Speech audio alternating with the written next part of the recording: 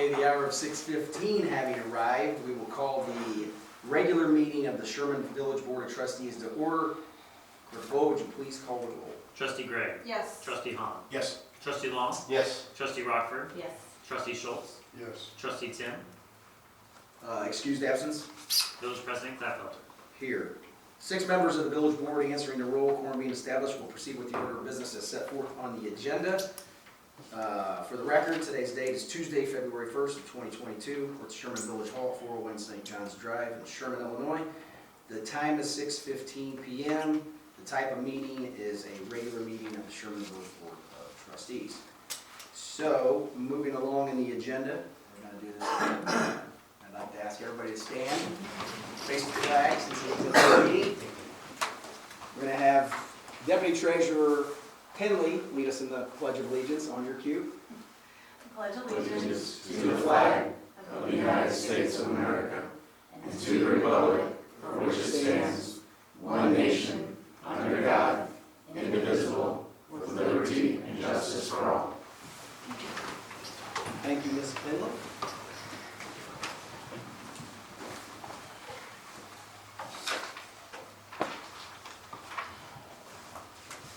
Okay, we need to set the agenda for the record. The agenda's been posted 48 hours in advance of the meeting in accordance with the Open Meetings Act, so there can be no action items added to the agenda. Any trustees seeking recognition, please forward those topics to the chair at this time. Seeing none, the chair would entertain a motion to set the agenda. Trustee Gray makes a motion, seconded by Trustee Hahn. All in favor signify by saying aye. Aye. Those opposed, the agenda is set. We'll move to the clerk's report. Item number 1 is the presentation of the December 21st, 2021 board meeting minutes. Those are attached to the board member packets. Any trustees with additions or corrections to the minutes as presented by the clerk? Okay, seeing none, we need a motion to adopt those minutes. Is there a motion to that effect? Trustee Rockford makes a motion, seconded by Trustee Hahn. Trustee Hahn. Mr. Clerk, would you please call the roll? Trustee Gray. Yes. Trustee Hahn. Yes. Trustee Long. Yes. Trustee Rockford. Yes. Trustee Schultz. Yes. That is 5 members voting yes and 1 voting no. Minutes are adopted and will be added to the village website for public dissemination. Next item is the presentation of the bills for approval. The bills are also attached to the board member packets. Are there any bills that anybody needs clarification on? Is there anything outside the normal day-to-day course of business, monthly course of business that needs to be pointed out to the trustees? No, sir. No, sir. Okay. Anybody? Anything? Nothing? Okay, so we need to approve payment of the bills. Is there a motion to that effect? Motion's been made by Trustee Long, seconded by Trustee Schultz. Mr. Clerk, please call the roll. Trustee Gray. Yes. Trustee Hahn. Yes. Trustee Long. Yes. Trustee Rockford. Yes. Trustee Schultz. Yes. 5 members voting yes, none voting no. Bills are approved for payment. Those bills will also be added to the village website for public dissemination. Next item is the treasurer's report. We actually have 3 treasurer's reports. We have September 2021, October 2021, and November 2021. Are there any trustees that need anything clarified on those treasurer's report? Would be the intent of the chair to try and just pass all 3 of those together if the board is so willing. Agreed? Okay? All right, so no questions, so we will pass and adopt September 2021, October 2021, and November 2021. Is there a motion to that effect? Motion's been made by Trustee Gray, seconded by Trustee Hahn. Mr. Clerk, please call the roll. Trustee Gray. Yes. Trustee Hahn. Yes. Trustee Long. Yes. Trustee Rockford. Yes. Trustee Schultz. Yes. 5 members voting yes and none voting no. The treasurer's reports will be recorded as adopted and will be added to the village website for public dissemination. Next item is the village engineer's report. The village engineer has the evening off. Is there anything you want to bring up under engineering? Is there any questions under engineering?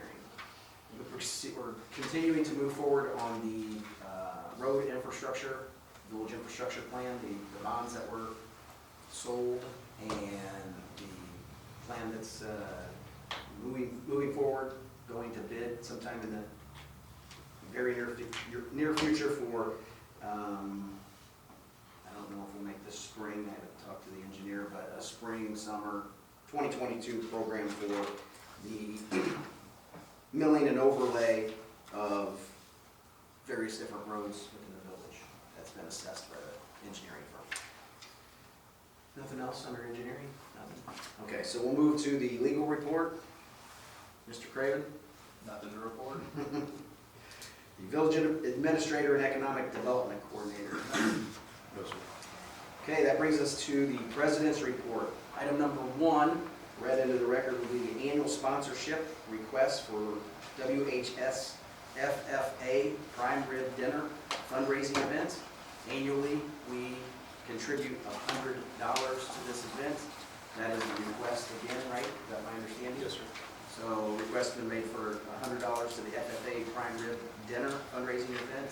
Any questions regarding that? Consensus of the board? So we need a motion to approve payment of, or a donation of $100 to the FFA Prime Rib Dinner fund. Is there a motion to that effect? Trustee Rockford makes a motion, seconded by Trustee Long. Clerk, please call the roll. Trustee Gray, Yes. Trustee Hahn, Yes. Trustee Long, Yes. Trustee Rockford, Yes. Trustee Schultz. 5 members voting yes, none voting no. The donation is approved. The next item is item number 2, which is an ordinance. This ordinance is regarding the intergovernmental agreement for animal control services with the Sangamon County Department of Public Health. Services are for May 1, 2021 to April 30th of 2022. The total of the contract with Sangamon County Department of Public Health is $500.70. Yes, $500.70. We adopt this every year sometime around this time. It sits on the table again, needing action. Police Department works with Sangamon County Department of Public Health regarding any kind of animal nuisances and complaints and issues. So with that being said, is there a motion to enter into said contract for that term as specified? Motion's been made by, who wants it? You don't want to be the dog whisperer? Put it on me. Trustee Long makes a motion. Seconded by Trustee Gray. Mr. Clerk, please call the roll. Trustee Gray, Yes. Trustee Hahn, Yes. Trustee Long, Yes. Trustee Rockford, Yes. Trustee Schultz. Yes. Okay, 5 members voting yes, none voting no. The ordinance is adopted and will be signed and sent to the county to be entered into. So we'll be doing that again somewhat in the future. Committee and department reports. You gonna report on this, or you want to report on it? Parks and Events Committee, or just stipulate that you all met? Yeah, just to let everyone know that who wasn't attending, we had a Parks and Events Committee meeting a couple weeks ago. I think it went well. We've got a lot of items that are booked for the year. Not only our annual events like fireworks and the cleaning day, work day, garage sales, but also concert series. We've been very busy on the phone with promoters and booking some newer events for this year. I think we have a pretty exciting schedule. It's a fairly aggressive schedule, but it looks like we may kick off our year around May 21st to June 4th and have a variety of series available to the public. So pretty excited about it. Again, a lot of work goes towards coordinating and overseeing those events, and I want to thank all of the committee members for that. Kim, Pam, Chief, and all those that are involved, even Sean, for being present during these times, because without the volunteers, those events are very, very difficult.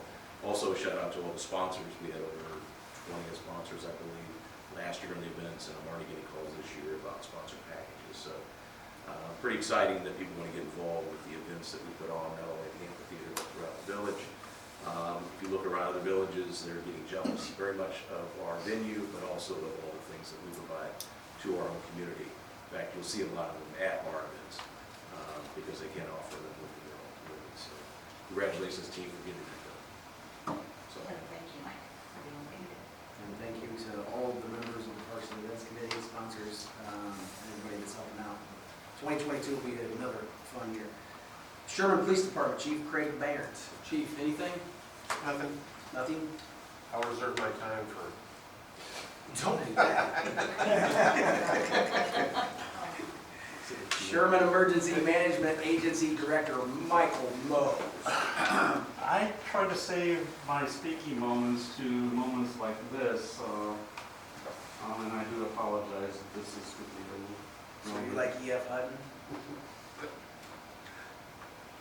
Okay. Don't you remember that commercial? No. Yeah, right. What? What? Say some. Well, everybody stops and listens, right? Yeah, try not to work, yeah. When E.F. Hutton speaks, right? Stop. And listen. I wish that was so.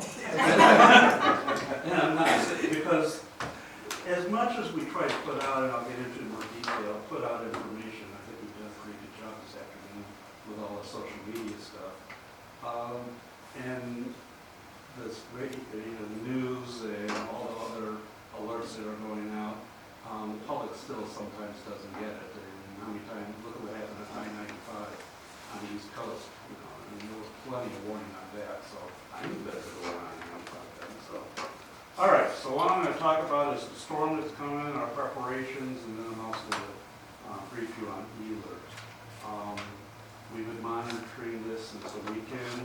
There's been numerous conference calls that we're able to attend with the National Weather Service, and I've been trying to send out to the board and other parties like the police, the fire chief, and people that are volunteers under EMA, what we're receiving.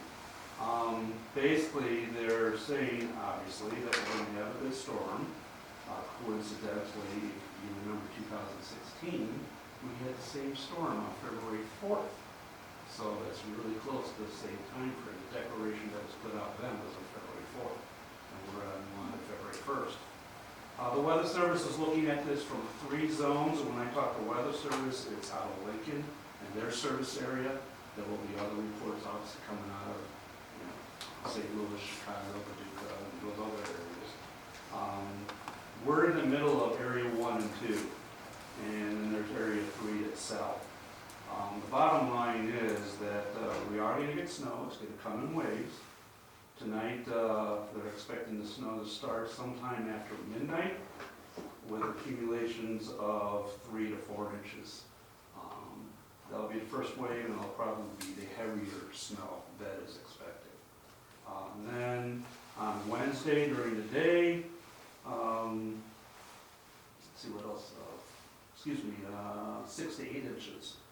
Will be all day on Wednesday. They're looking at from 6 in the morning to 6 at night. And then sometime during the day tomorrow and into Thursday evening, the snow will change to a lighter type of snow, the stuff that we like to, you know, shovel. That will be Wednesday night. Then they're looking at another 3 to 4 inches into Thursday. And Thursday, we hope it should be done by midday with another 1 to 2 inches. So they are predicting at this time, and it's again on a matter of how fast it moves and what it actually dumps, 12 to 18 inches of snow. That's on the basis of the report that came out at 2 o'clock. They did a conference call at 10, today at 2, 2, and then they'll have another one probably tomorrow morning.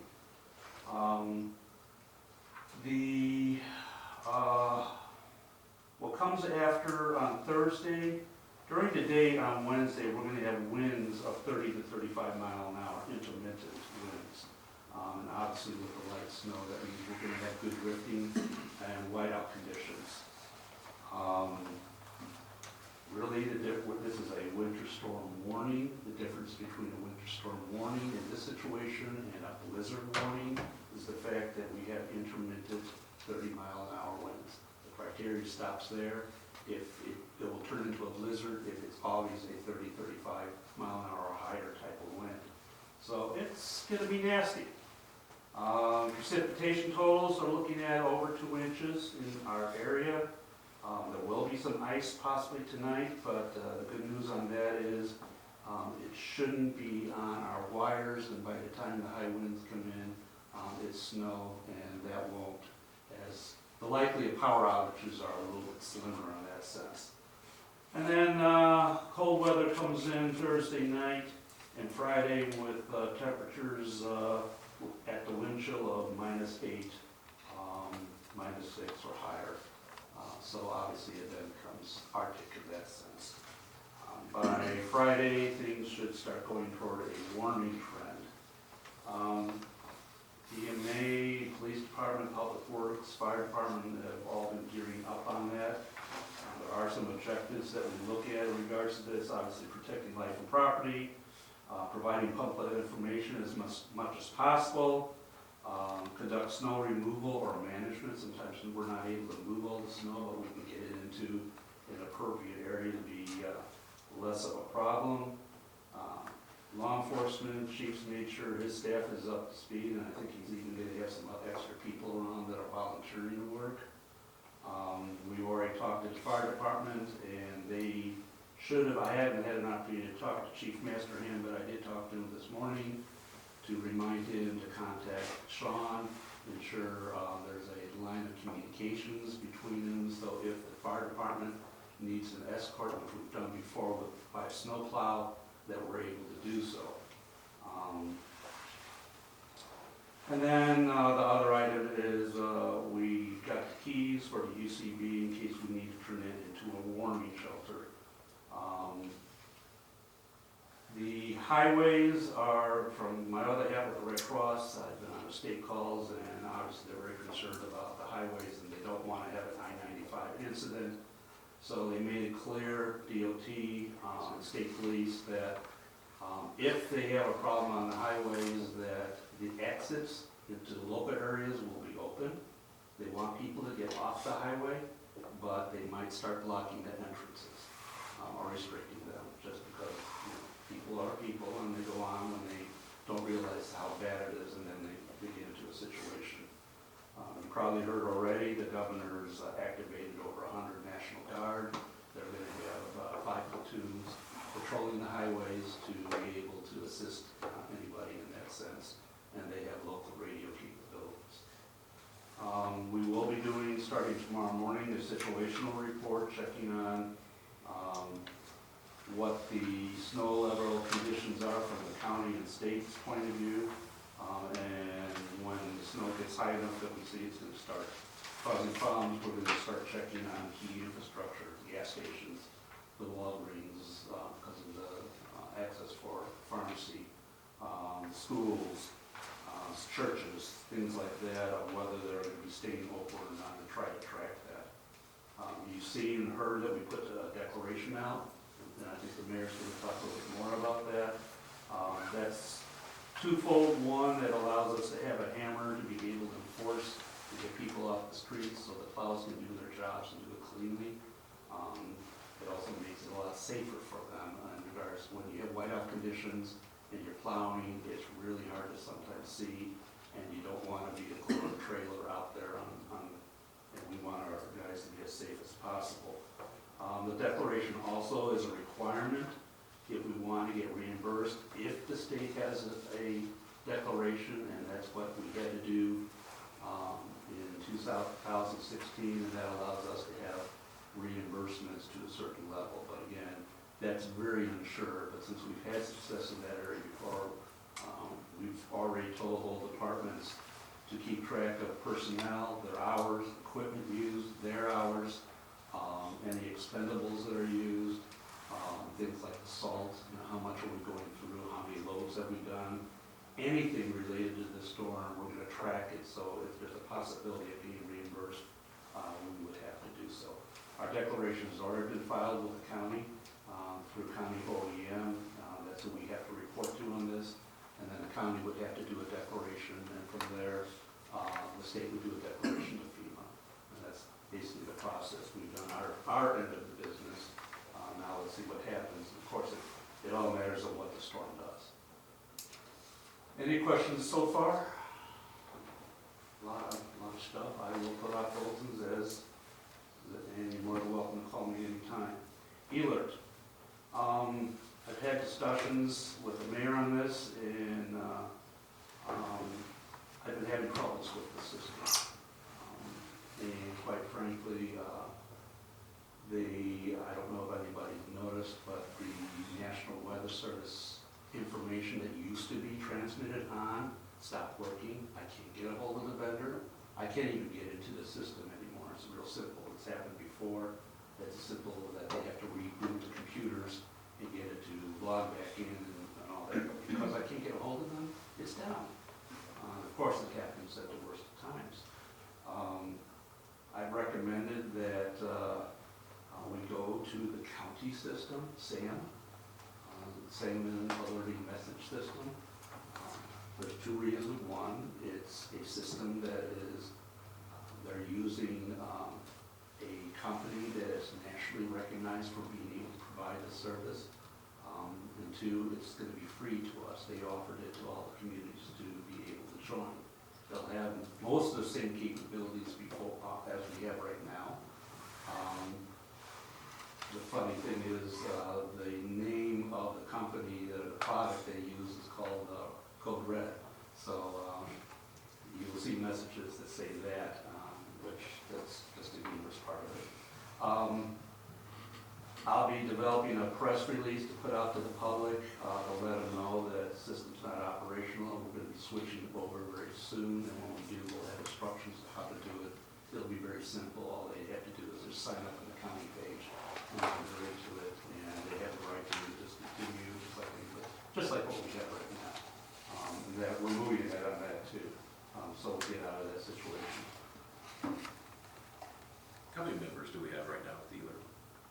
We've never advertised, out there in regards to the system. We tried to advertise as much as possible on social media, but we never did really a direct mailing other than mentioning it in our newsletter. I think we have 556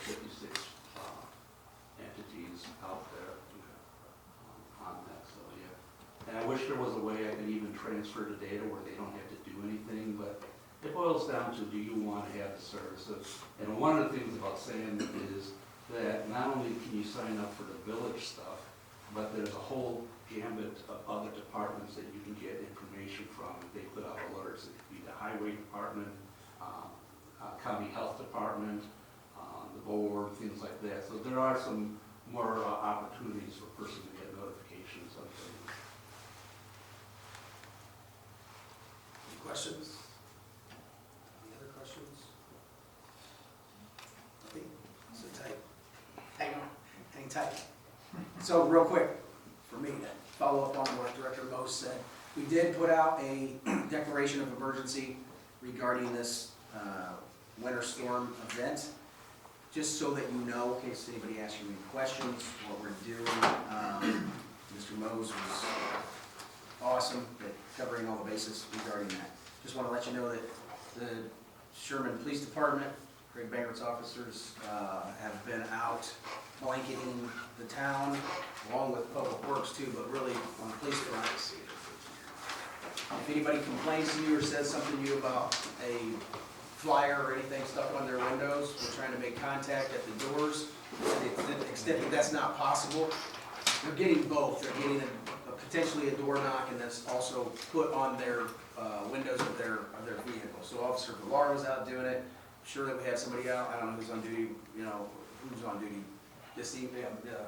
Administrator Stratton was out doing it. So we are trying to hit the town and get everybody to comply with removing their vehicles from the public streets. I've plowed snow. I have driven the trucks, I've ridden in the trucks. And anybody that's plowed snow, Trustee Long has plowed a lot of snow. He's helped out, and others as well. But Mr. Mose is not incorrect. It is quite the event when you have either near blizzard conditions or blizzard conditions and snow falling constantly, and when you've been plowing for hours and hours and hours. The job gets increasingly harder and harder and harder.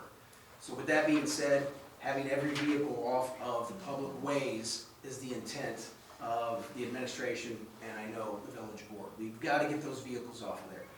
The secondary component of that is cars being plowed in.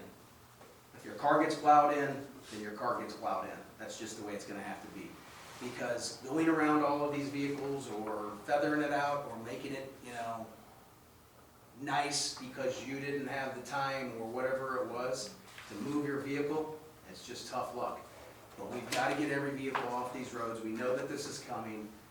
Hopefully it's 6 inches, 7, 8, but if it's gonna be forecast up to 18 inches, then we're gonna do everything that we need to do. And so we've done that through this emergency declaration. We've got the officers out there, we've got Public Works out there. They're scheduled to come in at the wee hours of the night. They're gonna plow and work through the night, through the day, and then come back again and hit it on Thursday. And play it by ear as this storm event unfolds. So with that being said, this has been issued, just so that you know, it's been put on Facebook, it's been put on the website. We're trying to get it out there in every different means and medium possible that we have. If you have a Facebook account, share it. It will help. I'm gonna do it later this evening, just to get it out and have a bigger, broader reach. But we need to get the message out. The goal is compliance, get the vehicles off there. But if we have to enforce this if it's somebody that's on, it just depends on what the situation is. It could be an ordinance violation, a fine, it could be a tow. If it's needing to get out of a certain, high probability, priority area, you gotta think about vehicles that are coming to and from an emergency scene. If there's a fire, if there's a heart attack, whatever the case may be at a house, we've got to be able to have free flow with emergency vehicles, especially on the main routes, and the ulterior routes are another thing as well. Plowing a cul-de-sac is about as tough as it gets, and it's time consuming. Put a few cars on there, or even one car, and it's super, super hard to do, and especially with those accumulations of snow. So it's gonna be essentially zero tolerance. Everybody knows this is coming. That's the intent. If you get any complaints, if you get anybody questioning what we're doing or whatever, forward them to me, forward them to Administrator Stratton, Mr. Mose, the chief. It's just the way it's gonna have to be during this event. So I did wanna stipulate that and get that out there for the record. And if you put your car in the driveway, it's left snow yet. Exactly. So all the references are cited, all the references to our code and to other statutes in the Illinois compiled statutes are cited in this declaration. So we're moving forward on that front. The last thing I want to say on this storm emergency is I want to thank the Sherman Police Department. I want to thank Public Works in advance. I want to thank Administrator Stratton, all the staff or whatever. I also want to thank Mike Mose. Just I'm going to fluff you up here, but you are an invaluable resource in a time like this. You have so much institutional and historical knowledge, having done emergency management, everything that you did for the Fire Marshal's Office, the Homeland Security, everything that you've done. I can't tell you how nice it is to have you in your capacity supporting the village and how comfortable I feel.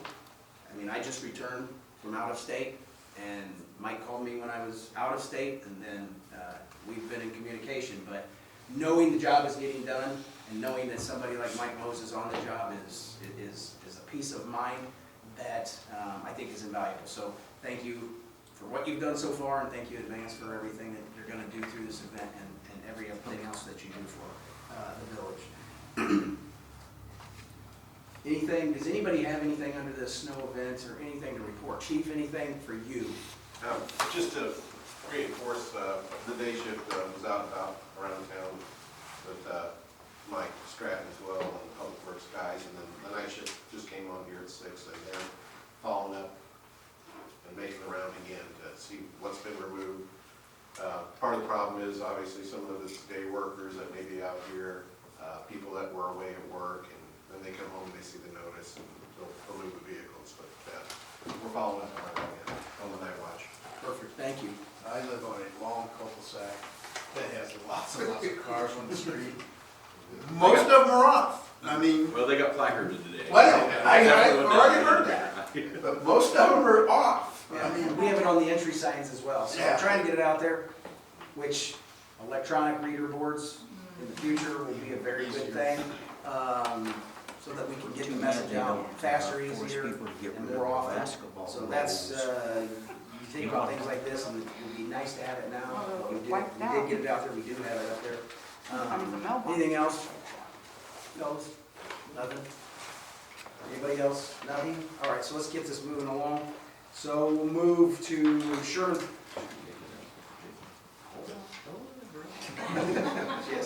first rodeo. Just hang on, sit tight. Sit tight, Goose. Maverick's got Come this on, one. Maverick. Maverick's got this one. Fly straight. Goose dies, that's not good. Yeah, I know.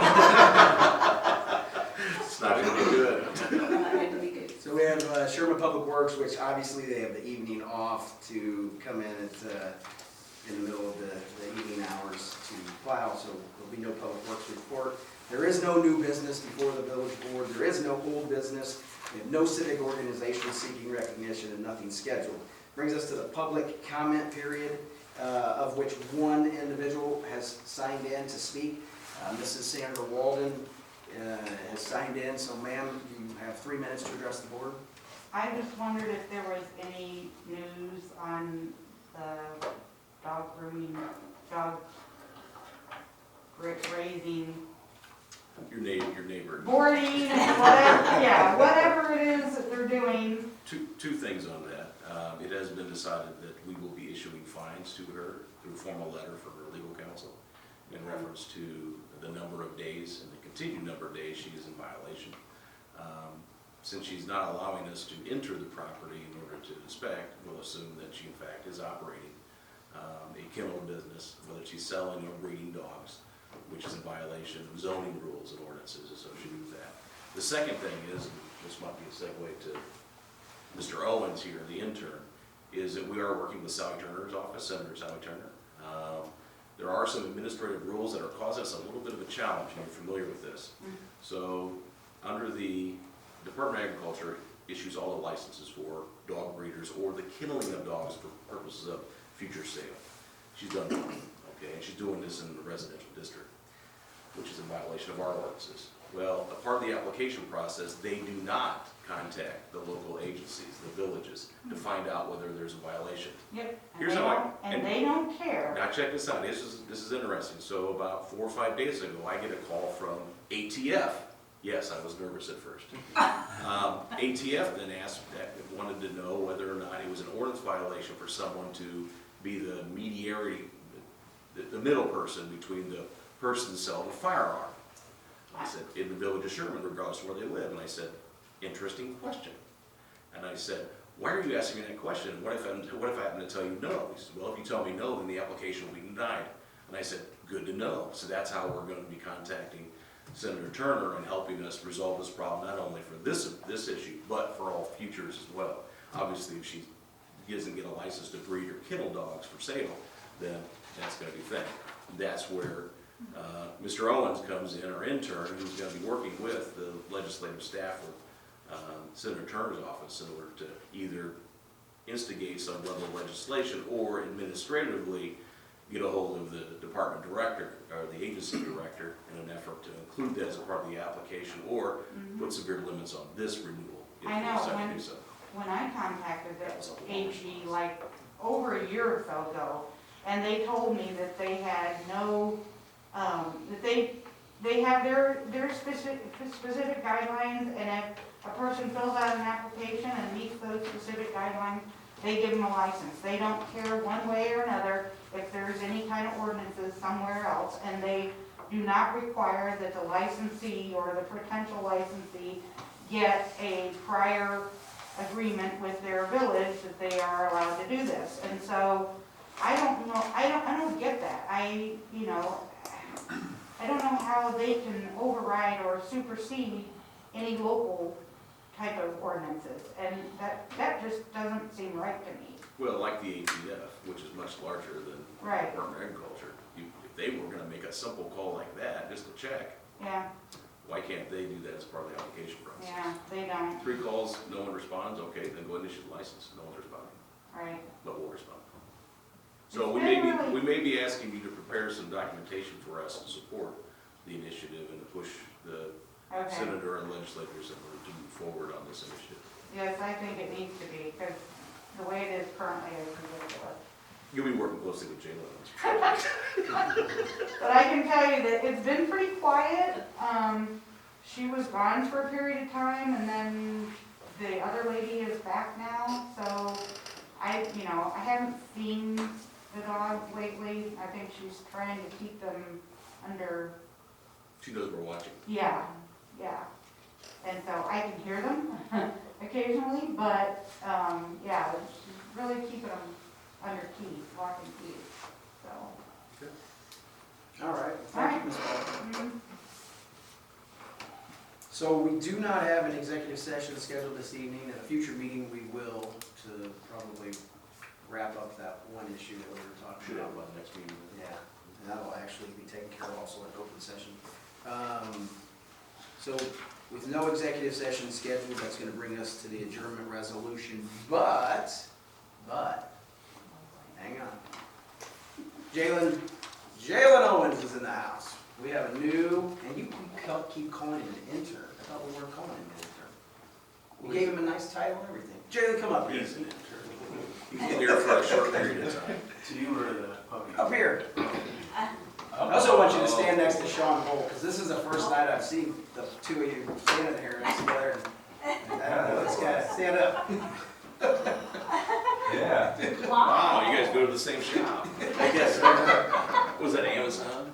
Tracy Benning. I'm his younger brother. That explains it.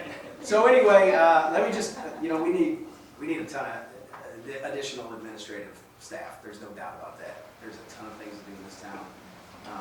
Budgets are what they are. We've done, more with less. Just kidding. I'm not gonna last forever yet. Remember, who's But gonna get anyway, killed in the movie? a good opportunity arose. Somebody recommended or reached out and asked if we had anything around the village or whatever, and in terms of administrative stuff. And spoke highly, a person that I have known a long time, and spoke highly of Mr. Owens, and then some of the individuals that he knows, I know very well, and they're high-level positions in the government, very esteemed positions. But so that all being said, we wanted Mr. Stratton to get some help, and Jalen has had some very good experience. And I'm going to read real quick his bio, because it just to give you a little synopsis of who he is and who you'll be seeing around here for the next few months. But so Jalen Owens is his name. Jalen graduated from Rochester High School in 2017. From there he went and graduated from Lincoln Land Community College in 2019, and then Illinois State University in 2021 with a bachelor's degree in political science. He interned with State Senator Jason Barrickman at his district office in Bloomington, January to May of 2021. Jalen began interning with the village of Sherman as its government affairs and funding assistant intern in the administrative offices. He will be working with the village to assist with grant funding opportunities, work with legislative leaders to communicate key issues impacting the village, to assist with the day-to-day government functions that make Sherman successful. Jalen will be seeking application to the Illinois Legislative Staff Intern Program in August of 2022. Real fast, so he got recommended to me, or asked essentially what he could, if there was anything out there. And the one thing I immediately thought was, well, we need some help in the village hall. And this would be something great for him in lieu of having, a deputy village administrator and even just additional staff or whatever. But then he and I started talking or whatever, and he's pursuing a internship with the Illinois State Legislature where I started. And so it felt good to me to be able to potentially help Jalen out right now for however many months, and then hopefully he gets into this internship program. It's an internship program that actually earns you master's credit. It's an internship program that's called an intern, but you're actually a legislative staffer. You'll be staffing either a substantive committee, transportation, public health, whatever the committee is. You could be a budget committee person, formulating the Illinois state budget, on the appropriations staff. It could be on the communications staff, writing press releases and handling all the day-to-day communications with constituents and the public on behalf of senators and reps and things along those lines. It feels good for me, and then you've seen it with the young people that come up here, to try and give them just some kind of a leg up, a step, that's going to help them in the future, or make them want to be community leaders and get into positions where people talk bad about you, they write nasty stuff about you on Facebook, things like that I think a lot of good people shy away from. But to give them a taste of what it can be, and then have a lot of good future leaders coming up. So, and that's what I see kind of in Jalen. I see it in Sean. I see it in everybody. But Jim Edgar started off in that internship program, and there's a lot of different individuals who've been there and started off as a legislative staffer. So for me, he's gonna do a good job for us. He's gonna work hard, right? Absolutely. And then, you know, to the extent that I or any of you, we're gonna try and help him get on that legislative staff, and he's gonna, you know, go be part of a budget committee or a substantive staff or whatever, get all that experience and become potentially maybe the next, you know, leader of a state agency, a federal agency, wherever. The pathways that you can go, whether it's lobbying and all of these various different avenues, are endless. But one good pathway is the Illinois Legislative Staff Internship Program for the Illinois General Assembly and the University of Illinois. So with that, we brought him on in, he started, what, 2 weeks ago now? That's what 2 weeks ago. Yeah, I think it's 2 weeks ago. Yeah. So he's helping out with the day-to-day stuff. If you got questions, I mean, there's a lot of good research opportunities. Like I said, he worked in Senator Berkman's office. He knows a little bit about constituent services and outreach. But I thought it'd be great for him to also learn about municipal government. I mean, there is a lot in municipal government. It's a microcosm of, you know, the federal government and the state government on a smaller level, but it's a lot closer to people than any of those levels. So with that, I want to say welcome to you, and I think the village board says welcome, and we're looking forward to you doing good things. And over the summer, he can help with the concerts. He's going to get, you know, experience even at that, on that front. You know, we're running a business essentially for, you know, for the concerts and everything that we do in that aspect. So a lot of opportunities, a lot to learn here in the village of Sherman. So we welcome you aboard, and look forward to you hanging out with us and getting on legislative staff here hopefully in the next session. So sounds good. All right, that's your roast. Thank you. All right, so let's adjourn. Let's get out of here. It is almost 7 o'clock. Is there any further business to come before the board? Any further business? Okay, seeing none, the chair would entertain a motion to adjourn. Motion's been made by trustee Rockford, seconded by trustee Long. All in favor, signify by saying aye. All opposed, you guys have it. We're adjourned.